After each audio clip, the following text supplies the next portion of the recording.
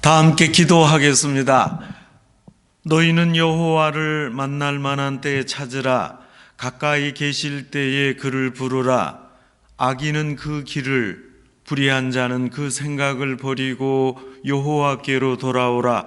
그리하면 그가 긍휼히 여기시리라. 우리 하나님께로 나오라. 여호와의 말씀에 내 길은 너희 길보다 높으며 내 생각은 너희 생각보다 높으니라. 하나님은 영이시니 예배하는 자가 신령과 진정으로 예배할지니라. 아멘. 하나님 아버지, 거룩한 주일 저희가 설교 화면 앞에 모였습니다. 이 아침 예배 중에 기도하고 마음을 열게 사오니 오늘 주시는 말씀을 통해 하나님이 직접 말씀하여 주옵소서. 예수님의 이름으로 기도합니다. 아멘. 오늘 예배를 위하여 김상욱 목사님 기도하겠습니다.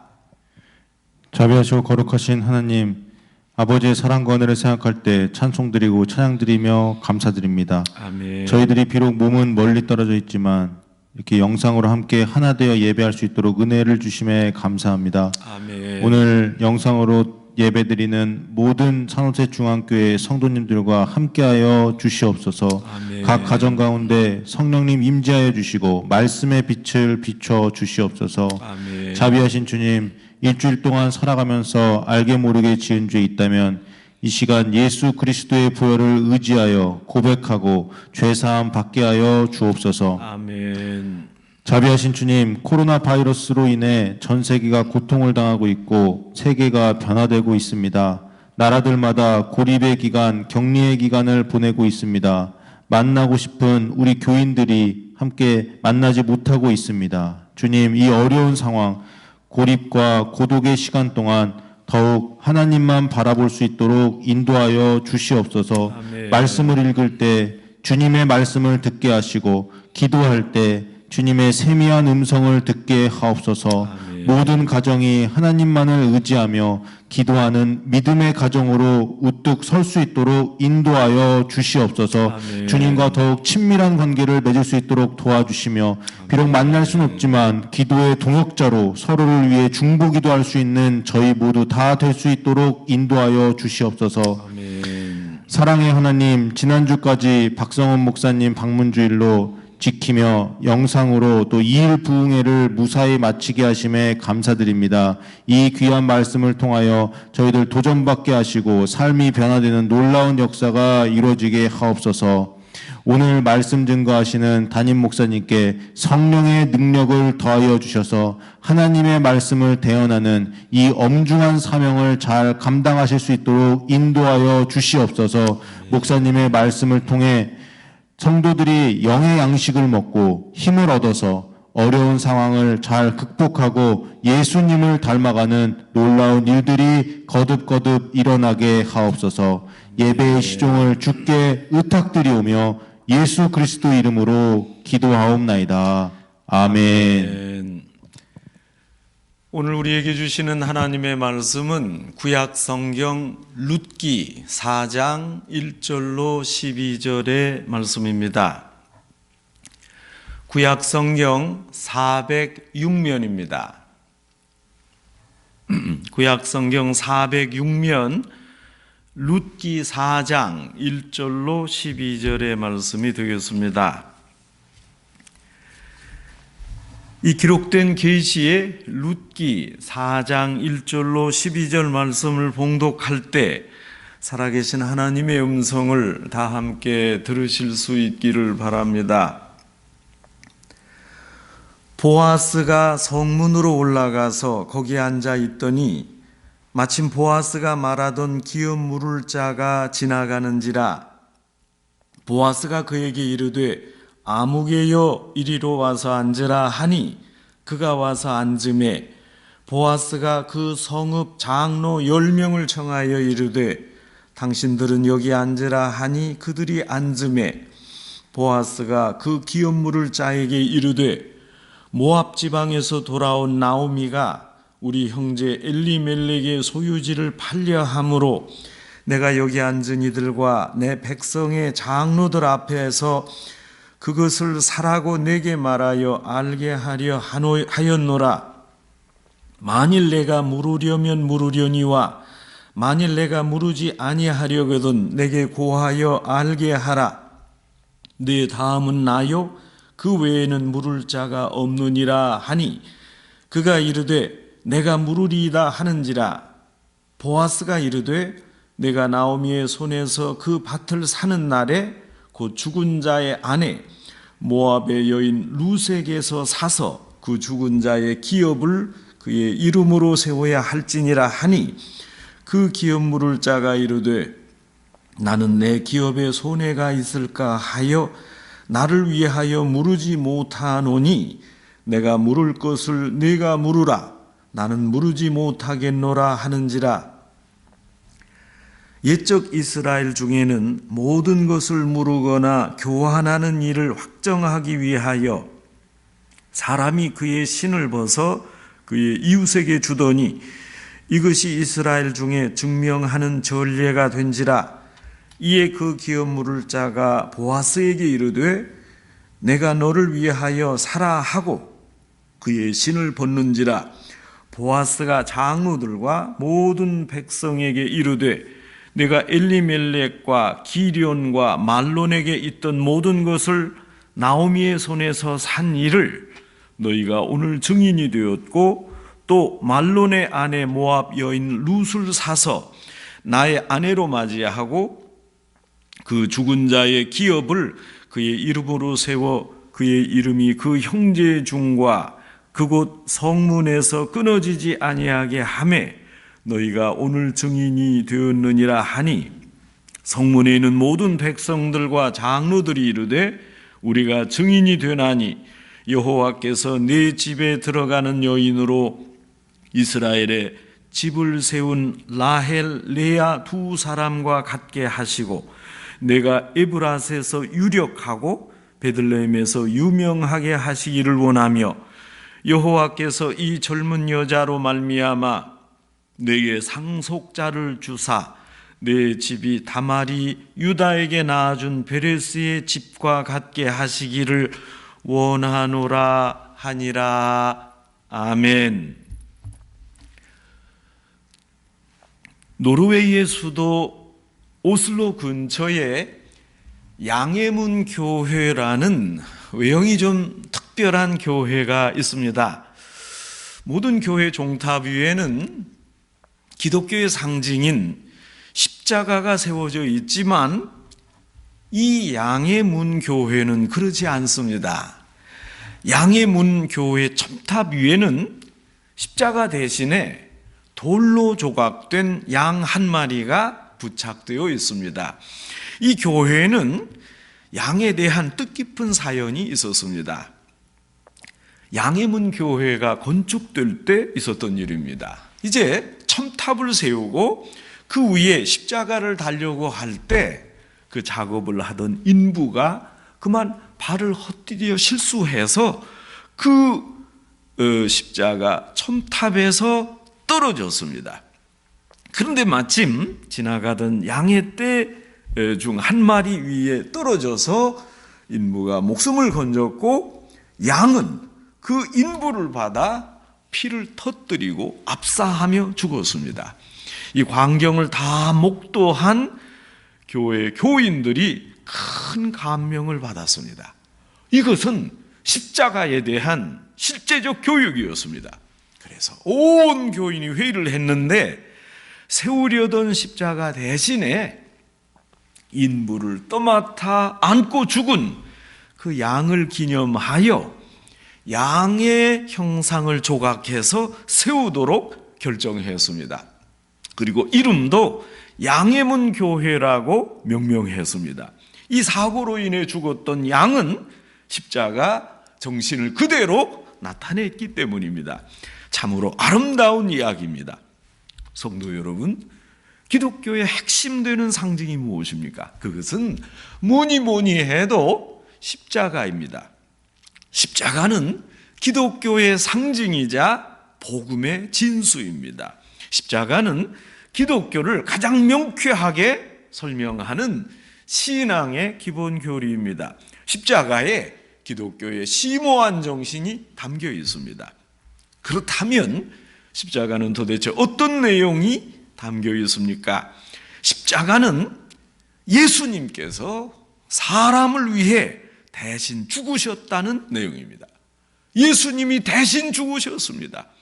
예수님 자신의 문제로 벌을 받아 죽은 게 아니라 사람을 위해 죽었습니다. 예수님의 잘못으로 죽은 것이 아니라 우리 사람들이 잘못했는데 그것을 예수님이 다 책임지신 것입니다.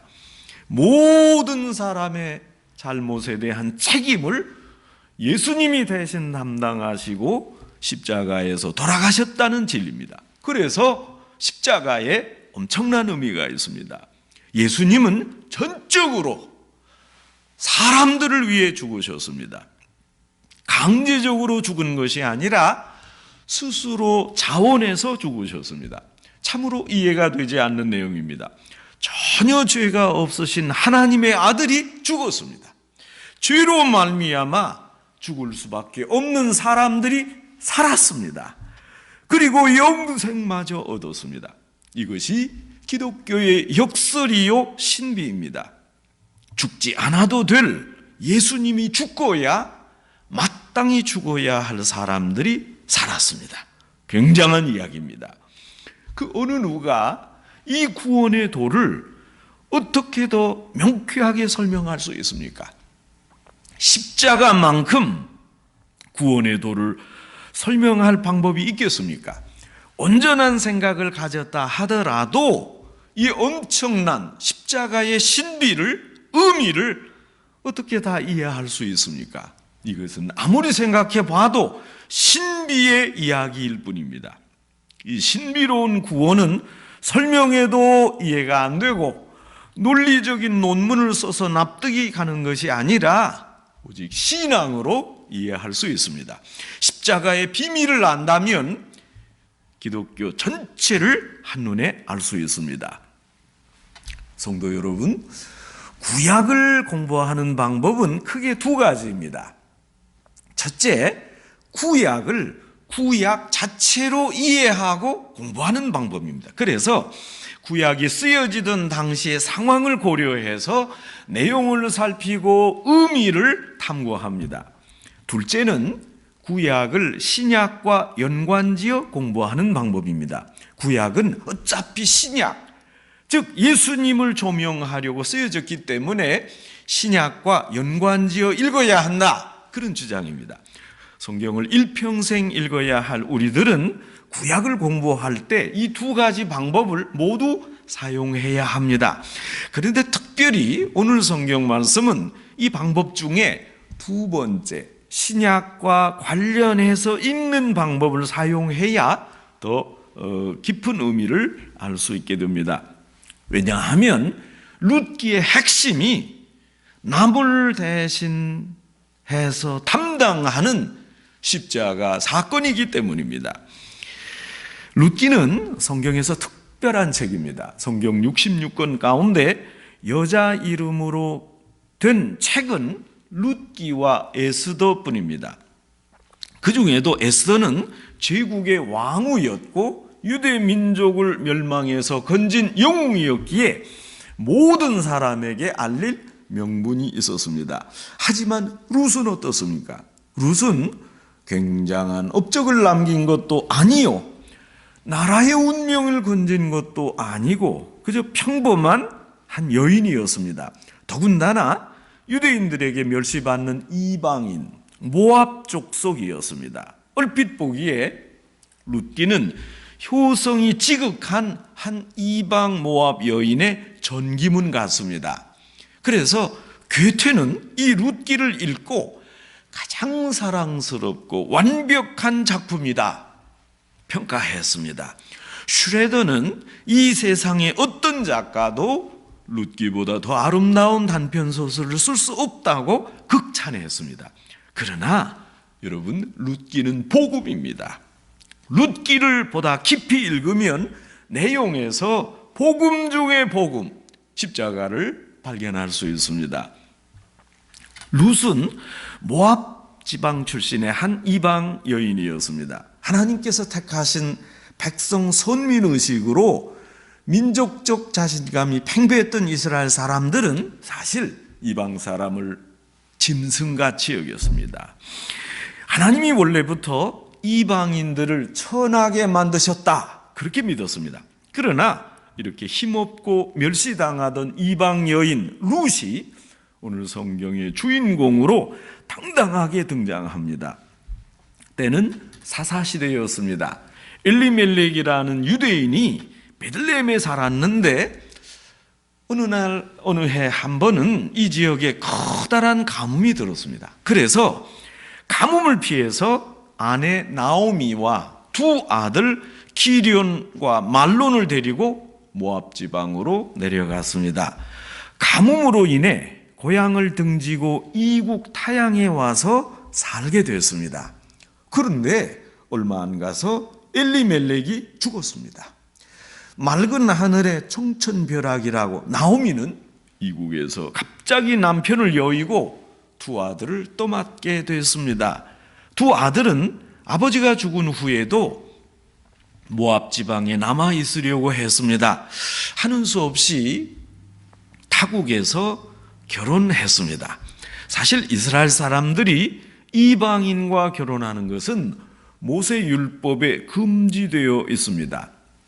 이방 사람들과의 결혼은 우상 숭배 죄와 같은 정도의 잘못이었습니다. 그런데도 이 두 아들은 모압 여인들과 결혼했습니다. 큰 아들은 오르바와 혼인했고 둘째 아들은 룻과 가정을 이루었습니다. 그런데 얼마 가지 않아서 이 두 아들마저 타향 모압에서 죽었습니다. 가뭄을 피해 유대 땅을 떠나왔던 나오미는 졸지에 이방 땅에서 남편과 두 아들을 모두 잃었습니다. 이렇게 홀로 된 나오미, 외로워서 이제 고향으로 돌아가려고 했습니다. 너무 이른 나이에 남편을 잃은 두 며느리가 가여웠습니다. 그래서 두 며느리를 친정으로 돌려보내고자 나오미는 이들을 불렀습니다. 며느리들아, 내 두 아들이 죽었으니 너희도 각각 너희 집으로 돌아가라. 친정으로 가라. 너희 갈 길로 가라. 나는 늙었고 너희는 젊었으니 돌아가서 너희 새로운 인생을 개척해라. 기쁜 인생을 살아라. 그러나 두 며느리는 효성이 지극했습니다. 이렇게 돌아가라는 시어머니를 만류했습니다. 그리고 시어머니와 함께 살겠다고 다짐했습니다. 그러자 나오미가 다시 눈물을 흘리며 말했습니다. 나는 너희를 볼 때마다 마음이 너무 아프단다. 그러니 제발 돌아가거라. 친정으로 가거라. 사태가 이쯤 되자 오르바는 시어머니에게 입을 맞추고 친정으로 돌아갔습니다. 그러나 둘째 며느리 룻은 끝까지 남았습니다. 그리고 시어머니에게 이렇게 말했습니다. 어머니 저더러 떠나라고 하지 마십시오. 어머니 가는 곳에 저도 가겠습니다. 어머니의 하나님이 저의 하나님이 될 것입니다. 이토록 애원하고 간청하는 룻을 나오미는 더 이상 떠나라고 할 수 없었습니다. 그래서 나오미는 룻과 함께 베들레헴으로 돌아왔습니다. 당장 아무 재산이 없던 이들은 일단 먹고 살아야 했습니다. 때는 보리를 추수할 시절이었습니다. 이스라엘 사람들은 추수할 때 얼마간의 곡식을 일부러 따지 않고 남겨놓았습니다. 가난한 사람들이 먹을 수 있도록 배려했습니다. 한국에서도 가을에 곡식을 추수할 때 어려운 사람들이 와서 먹도록 일부를 남겨두었습니다. 또 가을에 과일을 수확할 때 새들이 먹도록 몇 개를 남겨놓지 않습니까? 룻은 그렇게 남겨진 곡식을 거두러 밭으로 나가려 했습니다. 나오미 남편 엘리멜렉의 친족 중에 보아스라는 사람이 있었는데 나오미는 며느리 룻에게 보아스의 밭으로 가라 일렀습니다. 그래서 룻은 시어머니 말씀을 따라 보아스 밭에 가서 곡식을 배웠습니다. 보아스가 친절하게 대했고, 그래서 다른 밭에 가지 말고 계속 이곳에 오십시오, 보아스 농장에 오도록 룻을 인도했습니다. 룻은 너무도 감사했습니다. 저는 이방 여인 모압 사람 출신인데 이렇게 저를 어찌 친절하게 대해 주십니까? 룻이 이렇게 묻자 주인 보아스가 대답했습니다. 내가 당신을 압니다. 당신 남편이 죽은 후로 시어머니에게 행했던 효성을 익히 알고 있습니다. 하나님께서 당신에게 온전히 상을 베푸실 것입니다. 룻은 이렇게 얻은 곡식을 가지고 집으로 돌아왔습니다. 시어머니 나오미가 이 곡식이 어디서 났느냐 물었습니다. 룻이 그대로 대답했습니다. 어머니께서 일러주신 대로 보아스 집에 가서 이 보리를 가져왔습니다. 어머니는 보아스의 신분 관계에 대해 그리고 이스라엘 풍속에 대해 며느리에게 자세히 일러주었습니다. 사실 보아스는 나오미에게 가장 가까운 친척 중에 한 사람이었습니다. 나오미는 룻에게 이렇게 말했습니다. 보아스는 우리에게 가장 가까운 친척이니 우리의 기업을 물을 자니라.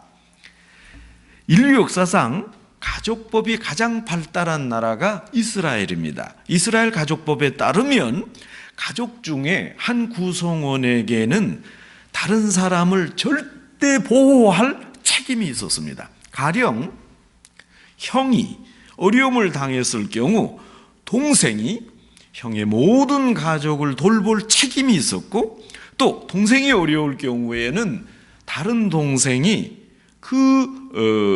형의 어려움 중에 있는 그분을 돌보아야 했습니다.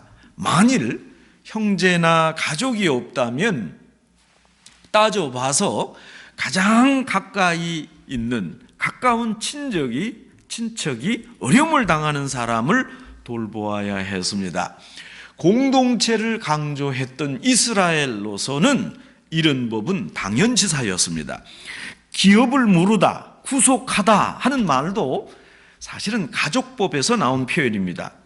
의지할 데 없는 친척, 도와주는 행위를 기업 무르다 이렇게 표현을 했고, 이 경우 가장 가까운 보호자가 된 친척을 고엘이라고 불렀습니다.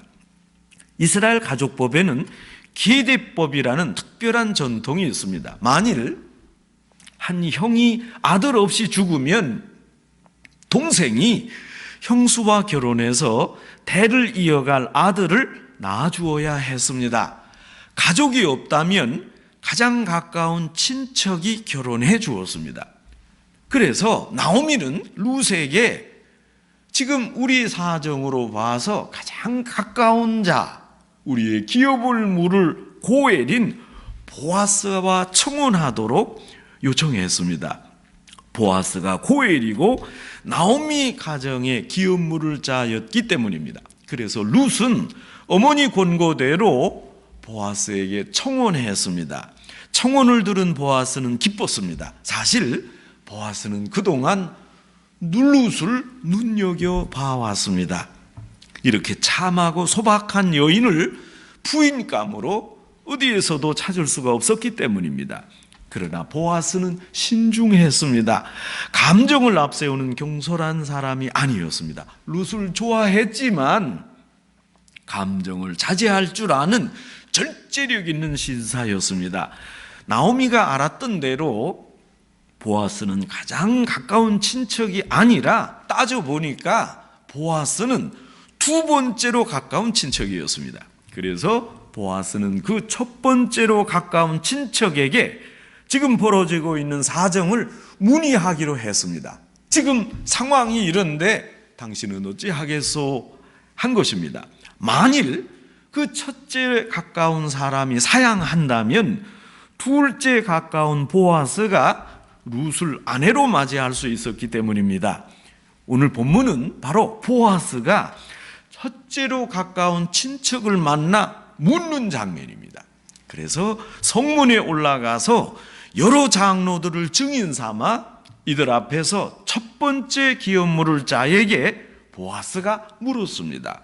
이스라엘 법대로 사실 당신이 가장 가까운 친척이니 룻을 취할 권리가 있소이다. 그러나 당신이 만일 포기한다면 내가, 두 번째인 내가 룻을 취하겠소이다. 그러자 그 사람이 대답했습니다. 지금 상황에서 내가 룻을 취하면 경제적으로 여러 가지 손해 있을까 하오니 당신 보아스가 룻을 취하시오. 나는 무르지 못하겠으니 당신이 내 대신 기업을 물으시오. 첫째 가까운 친척은 자기가 포기한다는 증거로 신을 벗어주었습니다. 신을 벗는 행위는 자신은 모든 권리를 포기한다, 그런 상징입니다. 자, 이렇게 해서 보아스가 룻의 당당한 기업 물을 자가 되었습니다. 나오미의 고엘은 보아스였고 보아스는 나오미 가정의 기업을 물으려고 했습니다. 보아스는 여러 백성과 장로 앞에서 이 점을 확실히 했습니다. 그래서 보아스가 룻과 결혼했습니다. 이렇게 어려운 처지에 있는 룻을 아내로 맞이해서 아들을 낳았는데 그 이름이 오벳이었습니다. 오벳은 다윗의 아버지 이새의 아버지였습니다. 그러니 룻은 다윗의 증조 할머니가 되는 영광을 얻었습니다. 성도 여러분, 어떻습니까? 룻은 효성이 가득한 이스라엘판 심청전이 아닙니다. 한 여인의 생애를 단순하게 그린 전기문도 아닙니다. 숱한 고생을 헤쳐나와 자수성가해서 좋은 배우자를 만났다는 성공담도 아닙니다. 모든 가능성을 포기하고 불쌍하신 시어머니를 봉양할 정도로 신앙이 돈독했더니 그 공로를 가상히 여겨서 다윗의 증조 할머니가 되게 했다, 그런 내용도 아닙니다. 룻기는 복음입니다. 복음 중에 복음입니다. 기업 물을 자에서 우리는 십자가를 발견합니다. 가장 가까운 친족을 위하여 나의 모든 것을 내어놓고 사는 사람, 내 모든 것을 바치고 사는 사람, 이것은 예수님의 모형입니다. 성도 여러분, 우리는 너무도 많은 죄를 지어서 죽을 수밖에 없는 사람들이었습니다. 그러나 예수님이 우리를 대신해서 그 막대한 죄값을 지불해 주셨습니다. 그동안 지었던 죄도 말끔히 용서받았고 더욱이 영생도 얻었습니다. 죽어도 죽지 않고 하나님께서 예비해 주신 천국에 가서 영원히 살게 됩니다. 죽어도 살겠고 무릇 살아서 예수님을 믿는 자는 영원히 죽지 않습니다. 복음입니다. 그런데 이렇게 우리에게 영생을 주기 위해 예수님께서 지불하셨던 죄값, 그것이 바로 십자가였습니다. 십자가 위에서 죽으시는 엄청난 사건이었습니다. 여러분, 이것이 기독교 핵심입니다. 제가 오래전 한국에서 목회할 때 어느 주일 설교를 마친 후 한 집사님이 제게 오셔서 이렇게 말씀했습니다. 목사님, 저는 신학을 공부하지 않아 설교가 무엇인지 잘 모르지만 그저 매주일 듣는 설교 듣는 교육받는 기독인으로서 한 말씀 드리고 싶습니다. 설교를 통해서는 그저 한 가지만 외쳐졌으면 합니다. 한 가지만 강조됐으면 합니다. 예수님은 우리의 죄와 사망의 문제를 해결하기 위해 십자가에 돌아가셨다. 우리에게 영생을 주시려고 자원하여 희생하셨다. 이 말씀만 강조하는 것, 그것이 설교 아니겠습니까? 저는 그 집사님의 말씀을 잊을 수 없습니다. 얼마나 신학적이고 신앙적 말씀입니까? 십자가를 빼놓고 어떻게 설교할 수 있습니까? 십자가 없이 기독교를 어찌 설명할 수 있습니까? 십자가 없이 어찌 전도할 수 있습니까? 십자가는 설교 중에 설교요, 복음 중에 복음입니다. 십자가가 복음이요, 십자가가 바로 설교입니다.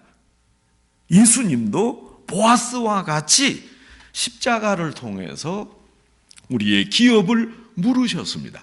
우리가 짊어져야 할 죄의 대가를 예수님이 고스란히 받으셨습니다.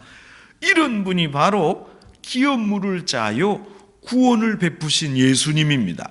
이것을 고백하는 것, 나의 기업을 물어주셨습니다, 고백하는 사람이 그리스도인입니다. 또 이런 예수님의 모습을 본받는 사람이 그리스도인입니다. 내 일만 내가 책임지는 게 아닙니다. 다른 사람의 일을 내 일로 여기고 내가 다 책임지는 것입니다. 특별히 5월은 가정의 달입니다. 여러분, 가정이 무엇입니까?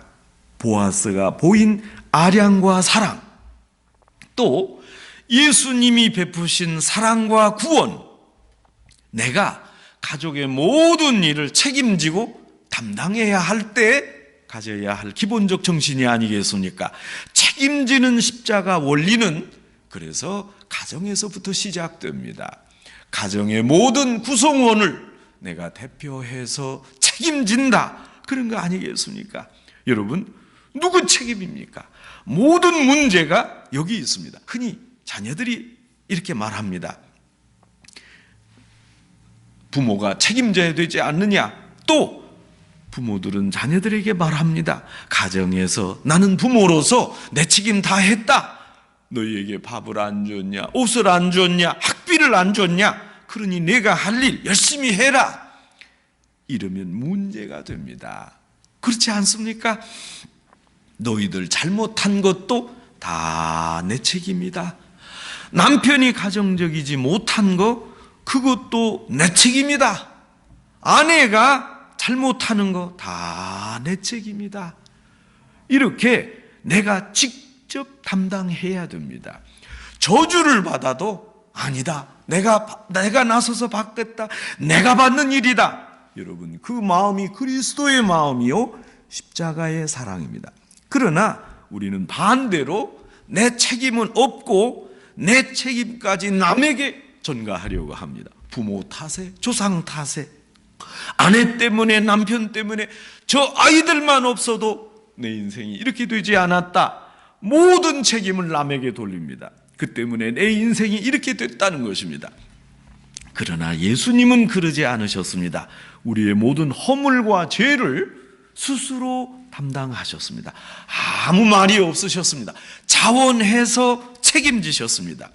우리의 약점을 담당하셨습니다. 예수님은 모든 것을 자신의 책임으로 돌리고 십자가에서 돌아가셨습니다.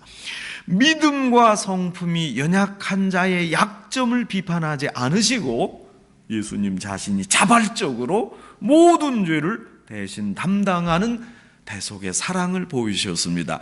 성도 여러분, 가정의 달을 맞이하여 가정을 통해 보아스의 기업 물으는 마음과 또 예수님의 십자가 사랑의 정신을 되새기고 또 이행하시는 성도 여러분 되시기를 주님의 이름으로 축원합니다. 기도하겠습니다. 가정을 통해 생명을 창조하시고 십자가 사건으로 저희를 구원하신 하나님 아버지, 가정의 달, 복음의 진수, 기업 물을 자를 통해 십자가의 진정한 의미를 깨닫게 하시니 감사합니다.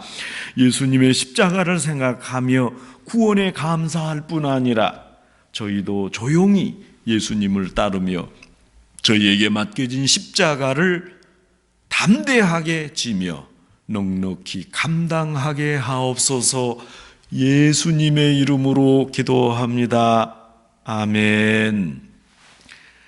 이제는 십자가와 부활의 구원을 계획하고 성취하신 하나님의 사랑과 초림하여 사역하시고 십자가에 죽으시고 부활 승천하셨으나 재림하실 예수 그리스도의 은혜와 우리 안에 거하셔서 권능을 주시고 온전케 하시는 성령님의 감동이 가정의 달, 기업 물을 자로 십자가의 도를 알고 행하고자 다짐하는 여기 머리 숙인 모든 성도 위에, 산호세 중앙교회 위에, 교회 위에 이제와 영원히 함께 하시기를 간절히 축원하옵나이다. 아멘.